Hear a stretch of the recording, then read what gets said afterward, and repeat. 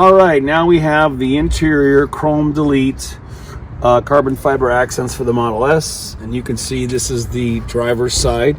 We have the longer front door and the shorter back door, and we're going to show you how these fit and how they go on.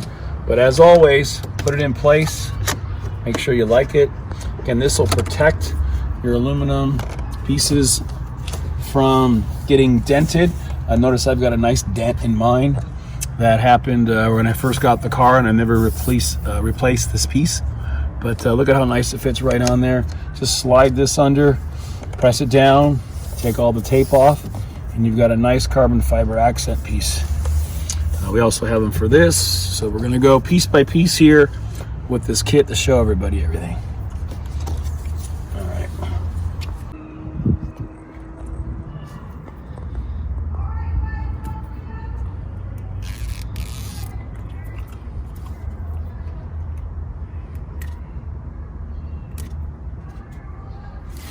Okay, so I got about 3 or 4 pieces on here, and again, once you've tried it and you love how it fits, so shoot from over here. All right, so we're going to put the first piece under, and this is going to fit right around this edge here perfectly, so you can see how it's going to fit. So we're going to slide this on, so it just tucks under the material, and then here's the back. So you can see in the back here, I've got a little extra room. So I'm going to push it forward as much as I can. And then I'm going to apply some pressure.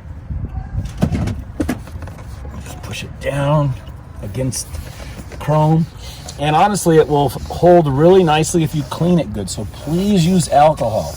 You have to take all of this oil or grease or grime or anything you can't even see off of it, so it will really hold strong. Take a look at this edge here, how nicely it covers up all of this interior chrome. It adds a nice carbon fiber effect to the driver's door.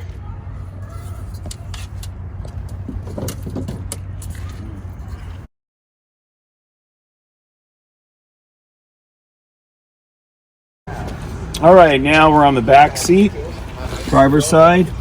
Again, slide it underneath, on top. Should clip right in place, and make sure that the back is perfect, and just press it down. Should be way underneath. You shouldn't see any of the chrome or metal edges whatsoever. It's a really nice fit. I don't think I'm even going to put tape on this to hold this one down, because it's making really good contact all the way underneath, right on there. You can always lift it up and move it if you need to adjust it. So again, with heat, you can always pull it off and reposition it. And again, it's not permanent, so all this is just temporary and interior chrome delete. Looks awesome. There's the front one, and here's the back one. You can see them side by side.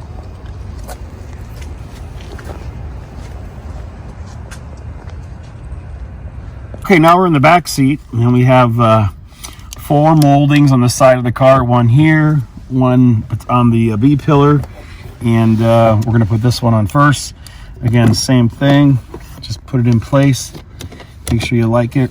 This completely covers up the brushed aluminum piece. So I can move my hand quickly. No. So it's really hard to see in this lighting, but we'll put the flash on. All right, pull off the red tape, and let's go in here and darken it so you can see really good. And we have this rounded piece, and this one. You also could fold down your seats if you want to, but I think it's so simple. Just simply put it right on and press it down, and that's it. It fits really nice, hides the chrome trim, and also protects it from scratches and passengers getting in and out over here. Okay, let's move and do the one on the B pillar next. Okay, I've got 3 left, and again, this one fits right over the nice brushed aluminum piece, and it looks great. Completely covers everything. So let's put this one on next.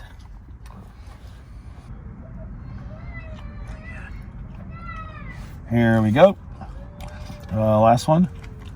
Again, the triangle goes towards the front, and this goes on the back. Slap it on. Put some pressure on it. And that's it. She's not going anywhere. Stuck on there nice. Okay, repeat on the passenger side, and then we'll have more items coming out. Thanks again. RPM Tesla Aftermarket Accessories.